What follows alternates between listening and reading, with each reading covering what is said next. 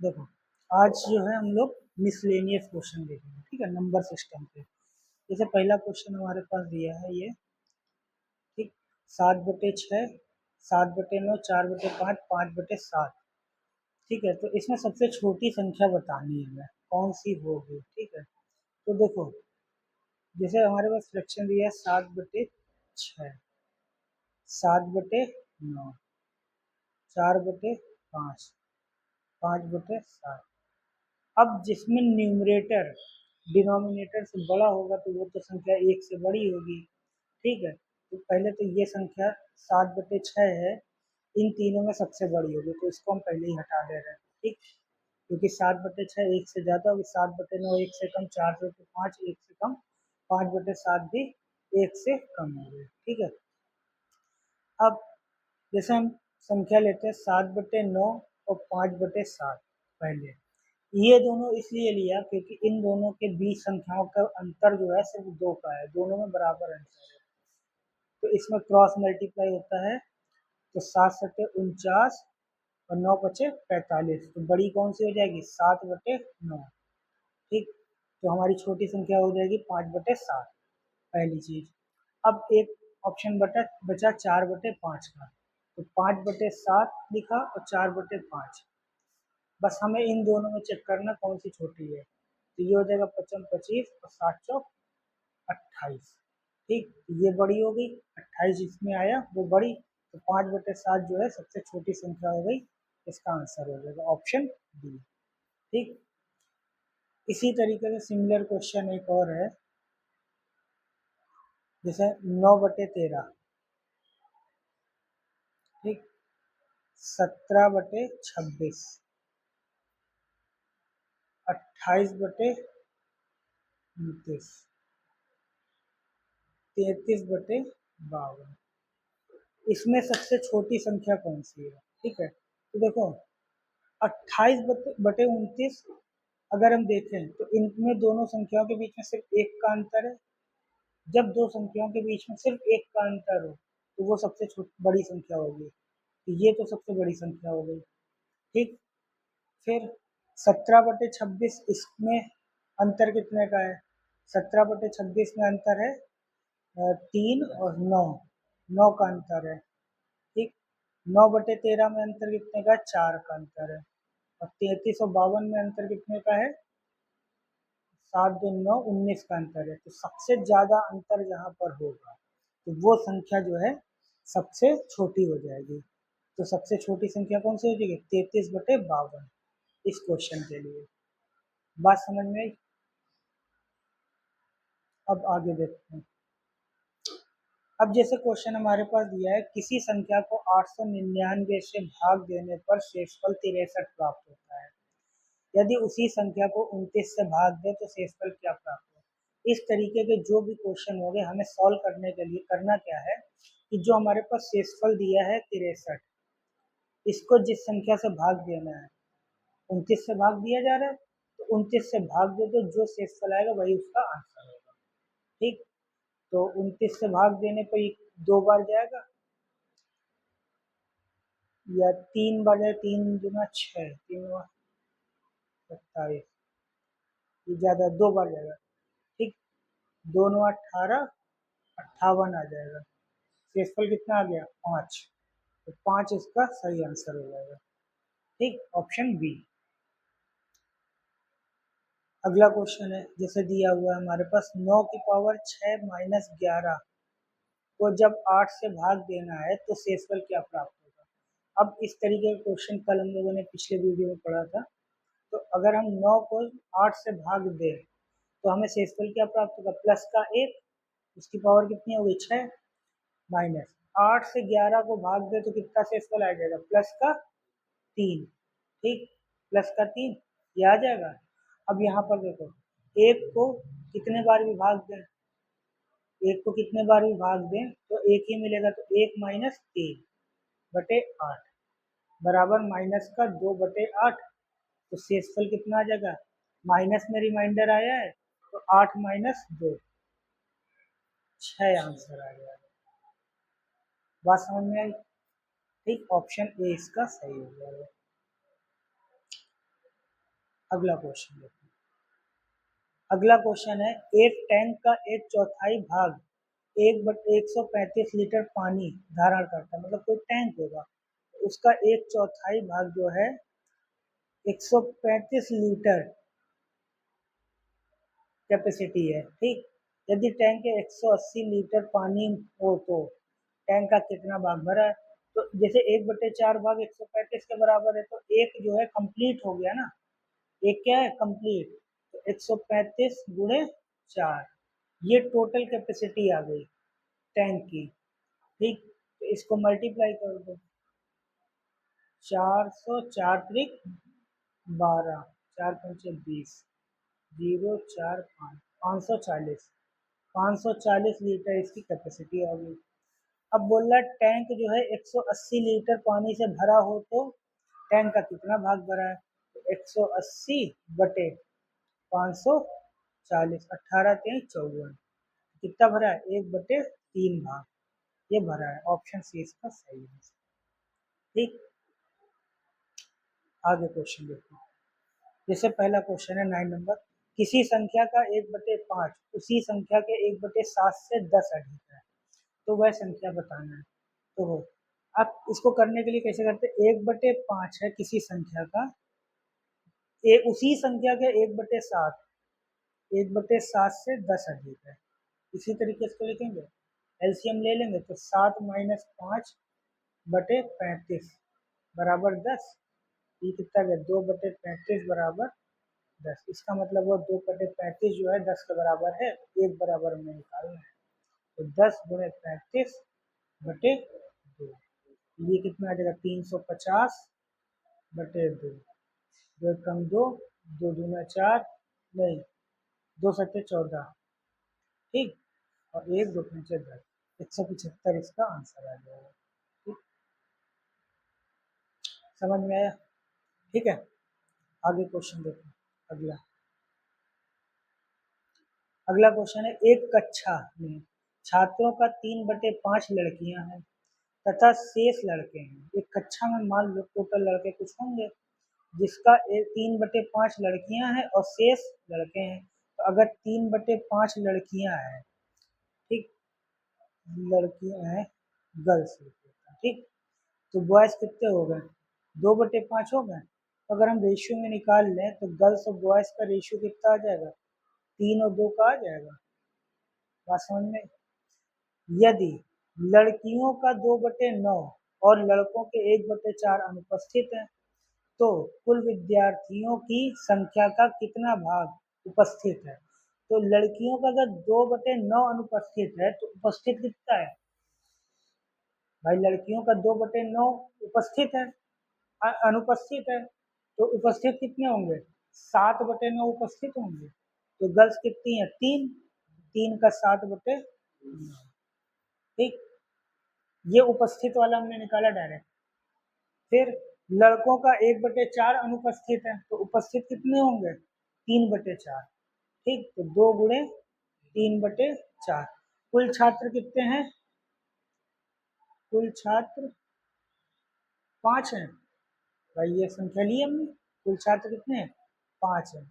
तो कुल विद्यार्थियों की संख्या का कितना भाग उपस्थित है? तो ये हम पहले निकाल लेंगे, तो 3 त्रिक का 9, 2 दूना 4, तो कुल उपस्थित छात्र आ जाएंगे 7/3 प्लस 3/2, दोनों जोड़ देंगे तो कुल उपस्थित छात्र आ जाएंगे। तो 2 सत्ते 14, 3 त्रिक का 9 और 3 दूना 6, ठीक, कितना आ जाएगा? 14 9 23, 23/6 उपस्थित है।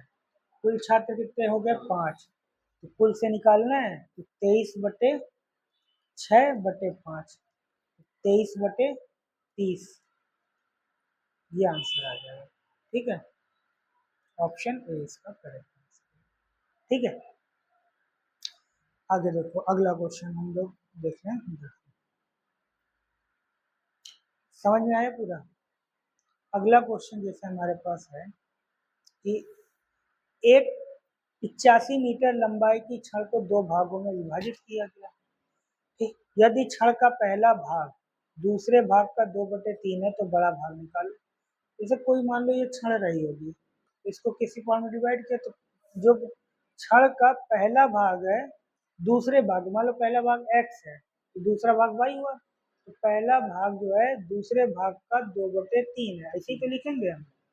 तो x बटे वाई बराबर कितना हो जाएगा, 2:3, यही तो होगा। तो इनका अनुपात कितना होगा, 2:3 अनुपात आ गया। ठीक, तो बड़ा भाग पूछा गया है, मतलब y की वैल्यू पूछी गई है, 2, 3, टोटल लंबाई दी है 85 मीटर, मतलब 2, 3, 5, कुल लंबाई कितनी होगी 5 यूनिट। दोनों अनुपात है तो दोनों को हम जोड़ देंगे, तो 5 बराबर क्या हो जाएगा 85 है। तो बड़ा वाला भाग क्या है 3, तो 3 बराबर कितना हो जाएगा 85/5 गुणे 3, 17×5 = 85 होता है। ठीक, तो 17×3 = 51 मीटर, बड़ा भाग क्या हो जाएगा 51 मीटर, इसका सही आंसर। ठीक, अगला क्वेश्चन देखो, निम्न में से 2/5 और 4/9 के बीच उपस्थित भिन्न कौन सी है। इन दोनों के बीच में उपस्थित भिन्न पूछा गया है, तो अगर बीच में उपस्थित भिन्न पूछा गया तो 2/5, या तो इसको डिवाइड करके हम निकाल लें, है ना। तो अगर हम डिवाइड करके निकालते हैं तो दशमलव लगाएंगे तो 0, 5 चौके 20, तो ये हो जाएगा 0.4। 4/9, दशमलव लगाएंगे 0, 9 चौके 36, फिर 9 चौके 36, ये आ जाएगा 0.44। अब इनके बीच का निकालना है, तो 1/2 होगा नहीं। ठीक, 1/2 नहीं होगा क्योंकि ये हो गया 0.5। 4/5 भी नहीं होगा। ठीक, ये हो जाएगा 0.8। ठीक, 2/3 ये भी नहीं होगा, 66 सही, 2/3 हो जाएगा। बचा ऑप्शन हमारा 3/7, इसका सही है। ठीक है, समझ में आ गया पूरा। ठीक, देखो अगला क्वेश्चन जैसे हमारे पास है, किसी संख्या किसी संख्या का 3 गुना इस संख्या के 3/5 से 60 अधिक है। तो संख्या का 3 गुना, अगर मान लो हमने 3 लिखा, सिर्फ 3 लिखते हैं, ठीक है, इसमें एक्स वैक्स लिखने की जरूरत नहीं है, ऐसे लिखो 3 गुना इसी संख्या के 3/5, तो ऐसे तो लिखेंगे 3 गुना 3 हो गया, 3/5 3/5 हो गया, ऐसे से 60 अधिक है बराबर 60, ऐसे तो लिख दिए। 5×3 = 15 -3 कितना हो गया, 15 - 3 = 12। ठीक, बराबर 6, ये हो जाएगा 60। ठीक, तो 1 बराबर कितना हो जाएगा 60 × 5/12, 12×5 = 60, 5×5 = 25। संख्या पूछा गया, संख्या क्या है 1।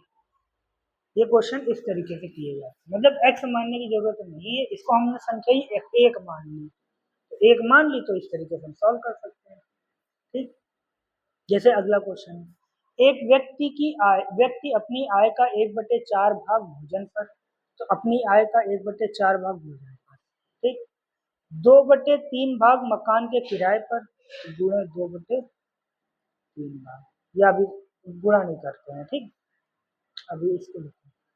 ठीक, 2/3 भाग मकान के किराए पर तथा शेष आय जो 630 रुपए है अन्य सामान पर खर्च करता है, तो उसके मकान का किराया कितना है। देखो, अब 1/4 भाग उसने खर्च कर दिया, प्लस 2/3 खर्च कर दिया, तो टोटल कितना खर्च कर दिया, इसको हम जोड़ लें तो ये हो जाएगा 3, 4 दूनी 8 और 4×3 = 12, 8×3 = 11/12 खर्चा कर दिया। तो आगे बोला शेष आय जो 630 है, खर्च कर दिया 11/12। हमने अमाउंट कितना माना, 1 रुपये तो माना, तो 1 - 11/12 करेंगे तो बचा अमाउंट कितना है, रिमेनिंग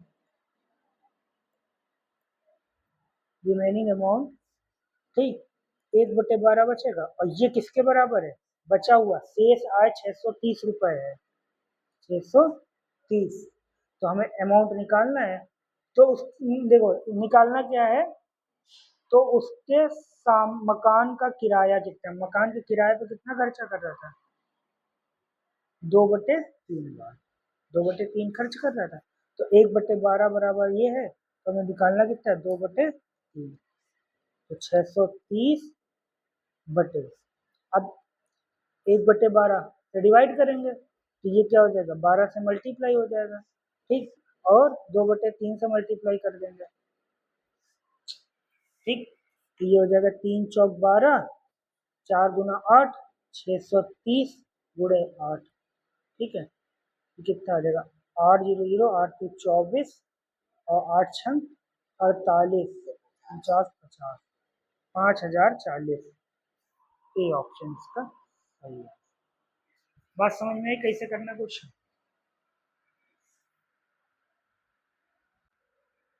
अब देखो अगला क्वेश्चन, अगला क्वेश्चन क्या है हमारे पास, देखो 17 नंबर क्वेश्चन, ये तो यूनिट डिजिट का क्वेश्चन आ गया। तो यूनिट डिजिट का क्वेश्चन आ गया है 264, कितना दिया, 264 की पावर 102 प्लस 264 की पावर 103, ठीक, फिर 264 की पावर 102 प्लस 264 की पावर 103, ये आ गया, ठीक। इसमें 102, 103, 102, 103, देखो इसमें एक काम करते हैं, पहले कॉमन कर लेते हैं, ठीक। जैसे 264 की पावर 102 कॉमन कर लिए, तो अंदर बचेगा एक बचेगा यहाँ पे, और यहाँ बचेगा 264, ठीक, प्लस यहाँ पर एक बचेगा, यहाँ बचेगा 264, ये आ जाएगा।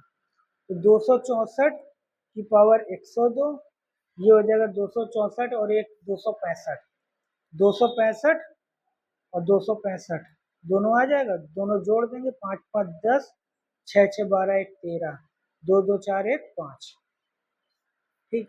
तो ये यूनिट डिजिट यहाँ 0 आ गई है, तो सीधा आंसर इसका क्या हो जाएगा, 0, ठीक। ये क्वेश्चन कैसे किया, मतलब हमने पावर देखी, पावर लगभग सेम जा रही है, तो कॉमन कर लो, हो सकता है कुछ आंसर इसी तरीके का बन जाए।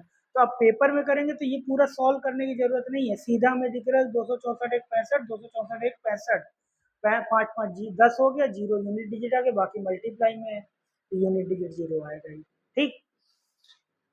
अगला क्वेश्चन देखो, यदि किन्हीं 3 क्रमागत विषम प्राकृत संख्याओं का योग 147 है, देखो अब इस तरीके का क्वेश्चन जैसे करना है, तो हम थोड़ा सा इसमें बेसिक बता दे रहे हैं कि जैसे मान लो कभी भी क्रमागत संख्याएं आए, मान लो हमने लिखा 1 2 3, या इसके पहले ले लो 1 और 2, ठीक, 1 और 2, अगर हम बोले इसके मध्य की संख्या क्या है, बीच की संख्या, तो बीच की संख्या क्या होती है, औसत होती है। यहाँ थोड़ा औसत का कॉन्सेप्ट बता रहे हैं, ठीक है, औसत होती है, तो ये क्या हो जाएगा 1.5, यहाँ पर औसत क्या हो जाएगा 2। औसत कैसे निकाल ले, जितनी संख्या दी है वो और प्लस डिवाइड करेंगे जितनी संख्याएं हैं, 3 2 5 1 6, 6/3, 2 आया, यहाँ पर 1 + 2/2, ये कितना आ गया 3/2, 1/5 आ गया। ऐसे हमने 1 2 3 4 लिया तो क्या आएगा 2.5 आ जाएगा, 1 2 3 4 5 लेंगे तो 3 आ जाएगा। तो ये जो मध्य की संख्या आ रही है, मध्य की संख्या आ गई, तो अगर मान लो ये औसत है, अब अगर हम औसत में, औसत जो आया, ठीक, औसत में जितनी संख्याएं दी है, मान लो n संख्याएं हैं, इसका मल्टीप्लाई कर दें तो ये योग आता है। बात समझ में आई, क्योंकि हमने संख्याओं का योग ही तो किया है, और ये n संख्याएं हैं और ये औसत आया हमारा, ठीक। तो औसत में अगर हम n का मल्टीप्लाई कर दें तो योग आ जाएगा। बात समझ में आई। और अगर हम n से डिवाइड कर रहे हैं, औसत मतलब जो औसत एक तरीके से क्या है, औसत जो है एक मध्य की संख्या है, औसत क्या है, मध्य की संख्या ही तो है, ठीक।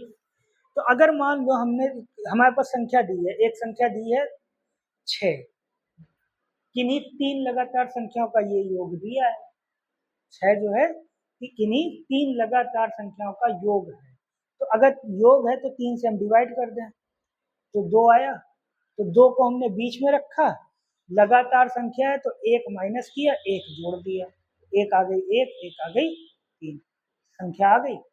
इतनी बात समझ में। अब देखो इस क्वेश्चन में क्या करना है, किन्हीं तीन क्रमागत प्राकृत संख्या, विषम संख्या दी है, कोई दिक्कत नहीं। प्राकृत संख्याओं का योग 147 है, बीच वाली संख्या निकालनी है। तो योग कितना है 147। तो अगर हम 147 को 3 से डिवाइड कर दें तो ये औसत आएगा। औसत क्या होता है, मध्य की संख्या।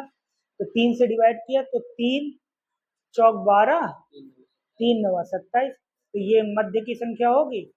और लगातार विषम संख्याएं हैं तो -2 और +2। तो पीछे की संख्या क्या होगी 47, इससे आगे की संख्या 51। तो अब क्वेश्चन में क्या पूछा गया था, बीच की संख्या। तो ये सीधा आंसर क्या हो गया 49 आंसर आ गया।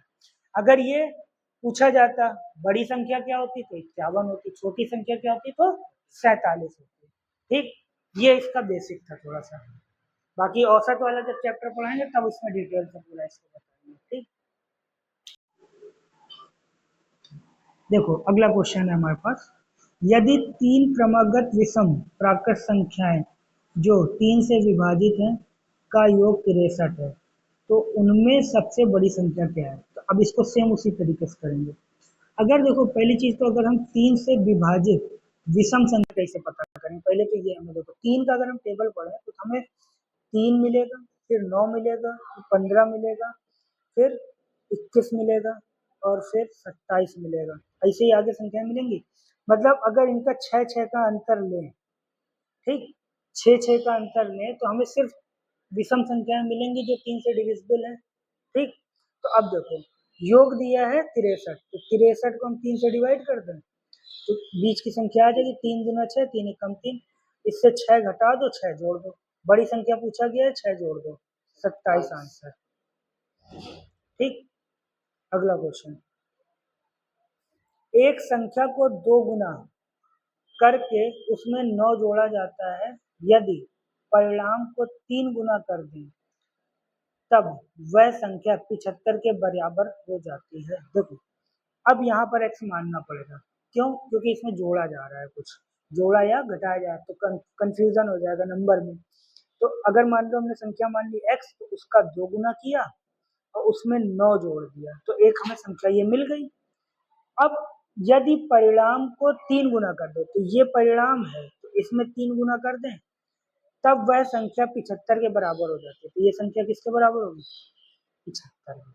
ये होगा तो 2x + 9 बराबर कितना हो जाएगा 25। तो 2x बराबर कितना हो जाएगा 25 - 9 16। x बराबर आ जाएगा 8। संख्या पूछा गया है, संख्या क्या हो जाएगी 8, इसका सही आंसर। ठीक, अगला क्वेश्चन देखते हैं हम लोग। देखो अगला क्वेश्चन क्या है, यदि संक्रिया, इस पे बेसिक क्वेश्चन ये रीजनिंग में भी कभी कभी पूछा जाता है और मैथ में भी कभी कभी पूछा है, लेकिन बहुत आसान क्वेश्चन है ये। एक मतलब जो है ऑपरेशन दिया रहता है, जैसे दिया है a * b बराबर a + b करना है और -ab करना है। अब इसकी रूप में इसको सॉल्व करना है। तो 5 * 7 दिया है तो 5 * 7 तो 5 + 7 -5 × 7 ये आ जाएगा। 7 × 5 = 12 -35 कितना आ जाएगा -23। इसका आंसर ऑप्शन बी। ठीक, समझ में आया। ठीक, अगला क्वेश्चन देखो। अब इसमें हमें यूनिट डिजिट निकालना है। देखो दिया क्या है 251 की पावर 98 + 21 की पावर 29 -106 की पावर 100 + 705 की पावर 35 -16 की पावर 4 + 259। ठीक, एक यहाँ पर यूनिट डिजिट है तो इसका यूनिट डिजिट हमें एक ही मिल जाएगा। ठीक, यहाँ पर भी एक है, इसका भी यूनिट डिजिट एक मिल जाएगा। यहाँ पर 6 है तो यहाँ पे यूनिट डिजिट क्या मिलेगा 6। यहाँ पर 5 है तो यूनिट डिजिट हमें क्या मिलेगा 5 ही मिलेगा। ठीक, यहाँ पर 6 है तो 6 ही मिलेगा और यहाँ पे ऑलरेडी 9 दिया है यूनिट। हमें यूनिट डिजिट से मतलब था। ठीक, अब इसे सॉल्व कैसे करते हैं तो देखो यहाँ पर पहले यूनिट डिजिट को खाली जोड़ेंगे, जो जोड़ने वाली है 9 5 14 14 1 15 15 और 1 16 2 अंक आ गए 16, यूनिट डिजिट है 6, ठीक। अब यहाँ पर 6 और 6 12, ये माइनस का 12, 16 माइनस 12 कितना आ गया 4, तो इकाई का अंक क्या मिल जाएगा हमें 4। इसका सही आंसर क्या हो जाएगा ऑप्शन बी, ठीक। पहली 20 विषम प्राकृत संख्याओं का योग निकालना है, ठीक। अब इसको कैसे करना है ये क्वेश्चन देखो, पहली 20 विषम प्राकृत संख्या है, तो पहली 20 विषम प्राकृत संख्या कहाँ मिलेंगी, ठीक है, 1 से स्टार्ट होगी, ठीक, और कहाँ तक 39, भाई 40 टोटल संख्या मान लो तो 2 से डिवाइड कर दो, तो 20 इसमें 20 सम संख्या होंगी, 20 विषम संख्याएं होंगी, तो पहली संख्या हो गई 1, अंतिम संख्या हो गई 39। इतनी बात समझ में आई। अब देखो, अगर इसमें हम सम संख्याएं जोड़ के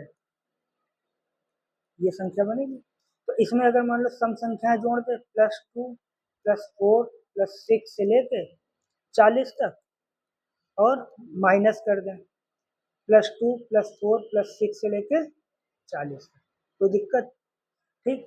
तो ये एक पूरी सीरीज मिल गई हमें 1 2 3 से लेके 40 तक, और ये एक सीरीज मिली हमें, 2 कॉमन कर लें तो 1 +2 +3 से लेके 20 तक, ठीक, ये आ गया।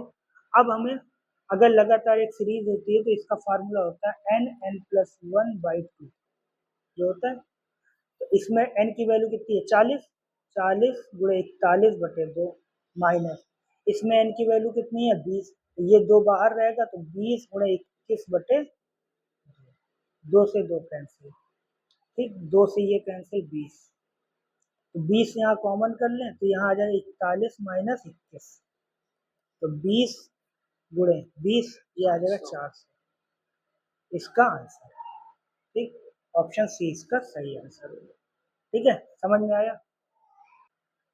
अगला क्वेश्चन देखो, ये क्वेश्चन दिया है, देखो इसमें मल्टीप्लिकेशन दिया है, ये बहुत बड़ा मल्टीप्लिकेशन है, 1 2 3 4 5 6 7 9, और इसमें मल्टीप्लाई करना है 72 का, तो अब ऐसे मल्टीप्लाई करना आसान नहीं होता है, ठीक, तो इसमें सबसे पहले क्या करेंगे 72 के फैक्टर करो, 72 के अगर हम फैक्टर करते हैं तो 8 गुणे 9, ठीक, तो ये अगर मल्टीप्लाई करें तो ये इसके फैक्टर है, तो इसमें जो भी संख्या होगी वो जो है 9 से डिवाइड हो, ठीक है, तो या 8 से डिवाइड हो तो वो जो है उसके बराबर आ जाएगी, ठीक।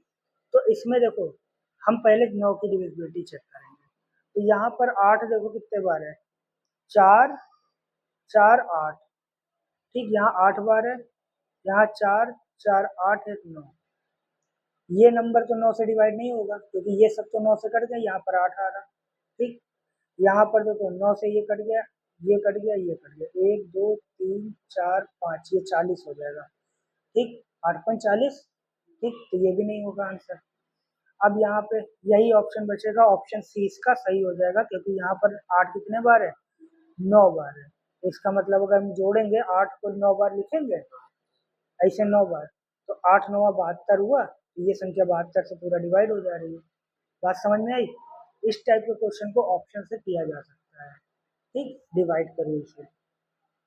अगला क्वेश्चन देखो, यदि दो संख्याओं का योग 3 है, दो संख्याओं का योग दिया है 3, x + y = 3, उन संख्याओं के वर्गों का योग 12 है, वर्गों का योग दिया है x² + y² = 12, संख्याओं का गुणनफल निकालना है, इसका स्क्वायर कर दो, ठीक, x + y = 3 का गुणन स्क्वायर कर दें तो x² + y² + 2xy और 3 का स्क्वायर 9, ठीक, x² + y² की वैल्यू पता है 12, 12 + 2xy = 9, 2xy = 9 माइनस 12, तो माइनस का 3 आ जाएगा, xy बराबर कितना आ जाएगा माइनस का 3/2, इसका सही आंसर ऑप्शन सी इसका सही आंसर हो जाएगा, ठीक है। अब इसका अगला क्वेश्चन देखते हैं, देखो 800 चॉकलेट एक कक्षा के विद्यार्थियों में बांटी गई, यदि प्रत्येक छात्र को कक्षा में छात्रों की संख्या की दोगुनी चॉकलेट मिलती है तो कक्षा में छात्रों की संख्या कितनी है, देखो अगर कक्षा में छात्रों की संख्या को हम x मान लें तो प्रत्येक छात्र को कितनी चॉकलेट मिल रही, x इस दोगुनी मिल रही है ना, 2x। तो x छात्रों को मतलब प्रत्येक छात्र को, एक छात्र को 2x चॉकलेट मिल रही है, छात्रों की संख्या x है, तो x का 2x से अगर हम गुणा कर दे तो टोटल चॉकलेट आ जाएंगी। तो ये कितनी है, 800। तो 2x² बराबर 800, x² बराबर 400, x बराबर कितना आ गया, 20। छात्रों की संख्या पूछी गई है, 20 आंसर हो जाएगा। ठीक, अगला क्वेश्चन देखो, संख्याएं, ये संख्या एक दी हुई है, को परस्पर गुणा किया जाए तो गुणनफल के अंत में शून्य की संख्या कितनी होगी। देखो इसके लिए समझो, अगर कोई क्वेश्चन अगर इस टाइप का आता है, उसमें शून्य की संख्या पूछी जाए कि आखिरी में शून्य कितने आ गए, तो शून्य अगर आएगा तो उसकी पॉसिबिलिटी क्या आती है कि अगर बीच में 10 आ रहा है तभी तो शून्य आएगा, और 10 आने के लिए इसके अगर हम फैक्टर करेंगे तो 5 और 2, तो जिनका भी मल्टीप्लाई किया जा रहा है वहां 5 और 2 दोनों का होना जरूरी है। इतनी बात समझ में आई। अब मान लो अगर हम नंबर लाइन लेते हैं 1 से लेके 10, अगर हम 1 से 10 तक की ले रहे हैं, फैक्टर करने पे बात हो रही है, सबको फैक्टराइज करने के बाद नंबर ऑफ 5 और नंबर ऑफ 2 देते हैं। अगर हम 1 से 10 तक की संख्या ले रहे हैं तो यहाँ पे संख्या क्या आ रही, तो विषम संख्या में 5 तो एक ही मिलेगा हमें, 10 भी ले रहे हैं इसको, ठीक है, या 10 को हटा दे रहे हैं, अभी 10 को हटा दे रहे हैं, यहाँ 9 तक ले रहे हैं, विषम संख्या में 5 तो एक मिलेगा, लेकिन बीच में 2 3 2 मिलेगा, 4 6 8 और 8 मिला, तो यहाँ से 1 2 मिला, यहाँ से फैक्टर किया तो 1 2 मिला, यहाँ से 2 मिले 2 की पावर 2, यहाँ से 2 मिले 2 की पावर 3, 3 2 5 6 1 7, टोटल 2 कितने मिले, 7। 2 की संख्या कितनी है, 7, 5 कितने, 1। तो अगर हम मल्टीप्लाई करेंगे तो भाई जितने 2 हैं उतने ही तो 5 होने चाहिए, तो 5 हमें 1 मिला, तो इसमें यूनिट डिजिट में एक जीरो कितने मिलेंगे, सिर्फ एक जीरो मिलेगा। क्यों, क्योंकि 5 और 2 का सिर्फ हमें एक ही तो पेयर मिला। बात समझ में आई। तो इसको निकालने का तरीका क्या होता है कि 1 से 9 तक की संख्या ली थी हमने, 9 को 5 से हम डिवाइड करेंगे, ठीक, 9 को 5 से डिवाइड किया तो 5 एकम 5 4, अगर चार रिमाइंडर छोड़ दो, यहाँ पर जो आई संख्या एक बार में चला गया, अगर ये 5 से ज्यादा आता तो दोबारा डिवाइड करते, तो इसका मतलब हुआ कि एक शून्य आएगा, या शून्य मतलब 5 कितने होंगे, 1 होंगे। अगर इसी 9 को हम 2 से डिवाइड करें तो 7 आना चाहिए, कैसे आता है देखो, 2 चौके 8, एक बचा, यहाँ 4 आया, 2 से 4 को भाग दो, 2 दूना 4, ठीक, यहाँ 2 आया, 2 को फिर 2 से भाग दो, 2 एक कम 2, ठीक, इनको ऐड कर दो, 4 2 6 और 1 7, 7 मिला। इसका मतलब 1 से 9 तक की अगर लगातार संख्या लिखती इनका फैक्टर करते तो 2 कितने आते, 7, 5 कितने आए, 1। बात समझ में आई। तो अब जैसे ये क्वेश्चन था हमारे पास 100 तक की, 2 से लेके 100 तक की, तो हमें 5 से 100 को डिवाइड कर दें, 100 को सीधा 5 से डिवाइड कर दो, ठीक, तो कितना आ जाएगा, 5 गुना 10। लेकिन अब एक चीज और देखना है, ये तो 20 बार चला गया, यहाँ पर ऑड नंबर नहीं है, 1 3 5 7 नहीं है, सिर्फ इवन नंबर लिए गए, तो अगर हम इससे डिवाइड कर रहे तो इसको नहीं डिवाइड करना है, गलत हो गया। संख्याएं अब कितनी होगी मेरे पास, 50, संख्या की कितनी होगी, 50, तो 50 को डिवाइड करेंगे 5 से, 5 एकम 5 कैंसिल, जीरो हो गया 10। अब 5 से 10 को डिवाइड कर दो, 5 गुना 10, अब ये संख्या कम हो गई ना, 10 और 2 दोनों जोड़ दो, कितनी होगी, 12, तो इसमें 5 कितने आएंगे, 12, आंसर क्या हो जाएगा, 12। हाँ तो वही तो हमने बताया, शून्य कब आएगा, जब एक नंबर सीरीज में 5 और 2 दोनों होंगे तभी तो, अगर 5 नहीं होगा तो शून्य कहाँ से आ जाएगा, ठीक है। बात समझ में, अगर मान लो हम विषम संख्या की एक सीरीज लेते हैं, समझना, अगर मान लो हम विषम संख्या की एक सीरीज लेते हैं 1 3 5 7 9 ऐसे लग के मान लो 99 तक ले लें, ठीक, कह दे कि इसका मल्टीप्लाई करने पे शून्य कितने आएंगे, अब बता सकते हो इसमें शून्य कितने आएंगे। ठीक, इसमें 5 से डिवाइड करने का कोई मतलब नहीं है। क्यों? क्योंकि यहाँ पे इवन नंबर नहीं है और ऑड नंबर कोई भी 2 से डिवाइड नहीं होता है, तो यहाँ पर हमें 2 ही नहीं मिलेगा। 2 मिलेगा? 2 नहीं मिलेगा। 5 से तो मिल जाएंगे। अब हमें 5 की तो संख्या पता चल जाएगी, 5 कितने मिलेंगे, लेकिन 2 की संख्या नहीं पता चलेगी। तो 2 की संख्या नहीं पता चलेगी तो 2 मतलब है ही नहीं उसमें, तो इसमें शून्य की संख्या कितनी हो जाएगी, एक भी नहीं, नो, मतलब 0 शून्य, यूनिट डिजिट में 0 शून्य हो जाएगा।